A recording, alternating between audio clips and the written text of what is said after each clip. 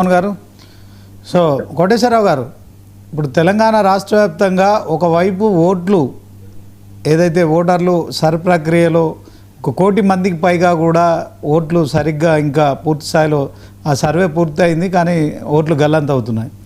So అదంటే ఆ ప్రక్రియలో కొంత వెసులుబాటు ఉంది, 1 నెల రోజులు టైం ఉంది. దాంట్లో ఎలక్షన్ కమిషన్ కింద మీద పడుతుంది. మరి ప్రజల ఓట్లు ఏమవుతాయని ఒక ఆందోళన కొనసాగుతుంది. తాజాగా తెలంగాణలో ప్రభుత్వం 22A సెక్షన్ కింద 1 కోటి ఎకరాల భూమి దాంట్లో కనిపిస్తుందని చెప్పి ప్రజలంతా గగ్గోలు పెడుతున్న పరిస్థితి. దీంట్లో తెలంగాణ సీఎం రేవంత్ రెడ్డి చేసిన ప్రకటన 22A కింద సెక్షన్ కింద వచ్చిన భూముల్లో మేము 1 ఇంచు కూడా తీసుకోం, పేదలకు అన్యాయం జరగనీయం అని ఆయన చెప్తున్నాడు. తర్వాత రెవెన్యూ శాఖ మంత్రి పొంగులేటి శ్రీనివాసరెడ్డి కూడా చెప్తున్నాడు. సో ప్రజలైతే మొత్తానికి ఇప్పుడు ఆందోళన చెందుతున్నారు. సో వీటన్నిటిని మనం అంటే ప్రజలకు సేవ చేయడానికి వీళ్లకు ఓట్లేసి అధికారంలోకి తెచ్చిన తర్వాత మొన్నటి వరకు బీఆర్ఎస్ ప్రభుత్వం ధరని తీసుకొచ్చి భూములను క్రమబద్ధీకరిస్తున్నామని చెప్పి వాళ్ళు ఒక పోర్టల్ తీసుకొచ్చారు. అది అస్తవ్యస్తంగా ఉంది, మేము దాన్ని బంగాళాఖాత ఖాతంలో వేస్తున్నాము, భూభారత్ తీసుకొస్తాము అని చెప్పి వీళ్ళు మరింత ఆందోళన గురి చేసే కార్యక్రమం. సో ఎట్లా చూడొచ్చు అంటారు, మీరేం చెప్తారు? ఖచ్చితంగా తెలంగాణలో తీసుకొచ్చినటువంటి 22A జాబితా అనేటువంటి దాని వెనకాల పెద్ద స్కామ్ ఉందనేది మాత్రం స్పష్టం. ఎందుకు అంటే మంత్రి గారు అధికారుల మీద తోసేసిన ఒకవేళ అటువంటి దాని గురించి మరి మంత్రులకి, ముఖ్యమంత్రులకి లేదా క్యాబినెట్ లో ఉన్నటువంటి వాళ్ళకి కూడా తెలియదా? దీని యొక్క ఇంప్లికేషన్స్ ఎట్లా ఉంటాయి ఏమిటనేటువంటిది మరి ఎవరినైనా సలహా అడగాలి కదా. వాళ్ళకి తెలియదు అనుకోవచ్చు. పోనీ నిరక్షరాస్యులందరూ మంత్రివర్గంలో ఉన్నటువంటి వాళ్ళందరూ వేలుముద్ర వేసేవాళ్ళు అనుకుంటారు. అడగాలి కదా. ఎందుకు అడగాలి అని అంటే పక్కనే ఉన్నటువంటి ఆంధ్రప్రదేశ్లో ఈ అంశం గడిచినటువంటి 12 ఏళ్లుగా అనేకమైనటువంటి సమస్యలను ముందుకు తీసుకొచ్చింది. జగన్మోహన్ రెడ్డి గారు అధికారం కోల్పోవడానికి ఈ భూ సమస్యలో వేలు పెట్టి మొత్తం భూములన్నీ కొట్టేయడానికి ప్లాన్ చేశారనేటువంటి ప్రచారంతో అనేక మంది రైతాంగం లేదా ఇతరులు కూడా జగన్మోహన్ రెడ్డి గారికి వ్యతిరేకంగా ఓటు వేసినటువంటి దాన్ని బహిరంగంగానే చర్చించాం కదా, టీవీ ఛానల్స్ లోను లేకపోతే వీటన్నిటిలో.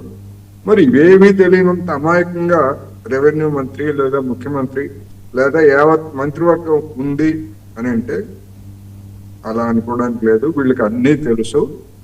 రామ్మోహన్ రావు గారు చెప్పినట్టు 10% అన్ని 30%కో 40%కో పెంచినటువంటి దుష్టాలోచన దీని వెనకాల ఉంది. అయితే ఎందుకని మరి రెవెన్యూ మంత్రి క్షమాపణ ఎందుకు చెప్పాడు అంటే వెంటనే ఆంధ్రప్రదేశ్ లో జరిగినటువంటిదే ఇక్కడ వీళ్ళు కూడా మొత్తం భూములని ఈ పేరుతోటి మనల్ని పినడానికి పూనుకున్నారు అని చెప్పేసి ఒక తీవ్రమైనటువంటి సంచలనం రైతాంగంలోనూ ఇతరులలో కూడా కలిగిన కారణంగా అది వ్యతిరేక ఫలితాలను ఇస్తుందనేటువంటి అంశాన్ని గమనించి అనివార్యమై క్షమాపణ చెప్పారు తప్ప దానిలో చిత్తశుద్ధి ఉందని నేనైతే అనుకోవట్లేదు. చిత్తశుద్ధి ఉంటే మరి కాంట్రవర్సీ వచ్చి ఇన్ని రోజులు జరుగుతూ ఉంటే వెంటనే ఎందుకని దాన్ని ఆ సమస్య తీవ్రతను ఎందుకని వాళ్ళు పరిశీలించలేదు? అందుకని దీని వెనకాల చిత్తశుద్ధి లేదు. అయితే మరి ఇప్పుడు ఏమిటి అంటే రామ్మోహన్ రావు గారు చెప్పినట్టు ఇది వెంటనే అవుతుందా లేకపోతే దీనికి మళ్ళా కొర్ర ఏమిటి? ఒకటి మాత్రం స్పష్టం, ఈ 22A అనేటువంటిది మాత్రం రద్దు కాదు, దాన్ని రద్దు చేయడానికి లేదు. కాకపోతే దానిలో చేర్చినటువంటి వాటిని కేస్ టు కేస్ ఇది దానికి వర్తిస్తుందా లేదా ఈ ల్యాండ్ అనేటువంటిది తేల్చాల్సినటువంటి అవసరం ఉంది. ఆ తేల్చడానికి మరి ఒకసారి చేర్చిన తర్వాత బ్లాంకెట్ గా మొత్తం రద్దు చేసేస్తే వచ్చేటువంటి సమస్యలు ఏంటి, లేకపోతే తేల్చడానికి తీసుకున్నటువంటి వ్యవధి ఏమిటి అనేటువంటిది ఇప్పుడు ప్రభుత్వం ముందు ఒక పెద్ద సవాల్గా ఉంది.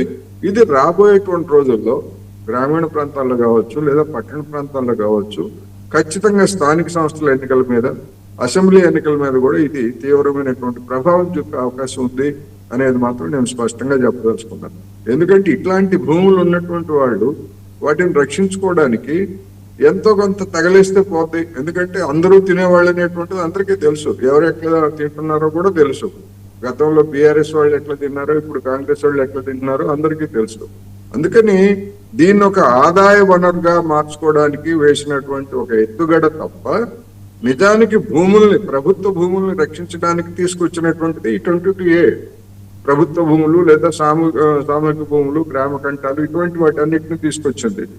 మరి అటువంటి దానికి బదులు ఈ ప్రైవేటు ల్యాండ్స్ వీటిని కూడా చేర్చడం ద్వారా ఖచ్చితంగా డబ్బులు గుంజేటువంటి ఎత్తుగడ దీని వెనకాల ఉంది.